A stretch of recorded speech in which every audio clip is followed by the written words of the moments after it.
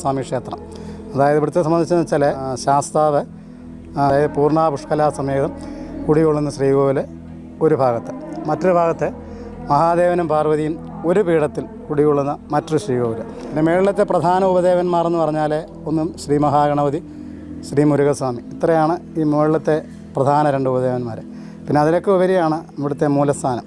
മൂലസ്ഥാനം എന്ന് വെച്ചാൽ ഇതിൻ്റെ മൂലസ്ഥാനം ഇവിടെ വിളക്ക് കത്തിക്കുകയും കരിക്കുടയ്ക്കുകയും ചെയ്യുന്നതാണ് പ്രധാന വഴിപാട്. മഹാദേവനെ സംബന്ധിച്ച് വഴിപാട് പറയുകയാണെങ്കിൽ ഏറ്റവും പ്രധാന വഴിപാട് കാരിച്ചിത്തി പൂജയായ മണികെട്ട് വഴിപാടാണ്. അപ്പോൾ മണികെട്ട് വഴിപാടെന്ന് വെച്ചാൽ മഹാദേവൻ്റെ പീഠത്തെ വെച്ച് മണി ഇപ്പോൾ പേരും നാടും പറഞ്ഞ് പൂജിച്ച് ഭക്തജനങ്ങളുടെ കൈ തരും. അത് ഈ ശിവപാർവതി നടയ്ക്ക്, അതായത് ആ ശ്രീകോവിലിന് 3 പ്രാവശ്യം പ്രദക്ഷിണം വെച്ച് തൊഴുത് പ്രാർത്ഥിച്ച് അതിനുശേഷം മൂലസ്ഥാനത്ത് തൊഴുത് പ്രാർത്ഥിച്ചിട്ട് മണി താണ്ട കെട്ടിയിരിക്കുന്ന കണ്ടല്ലോ, ഇതേപോലെ മണി കെട്ടും. അങ്ങനെ 7 മണിയാണ് കെട്ടേണ്ട കാരിസിദ്ധി പൂജ എന്ന് പറയുന്നത്.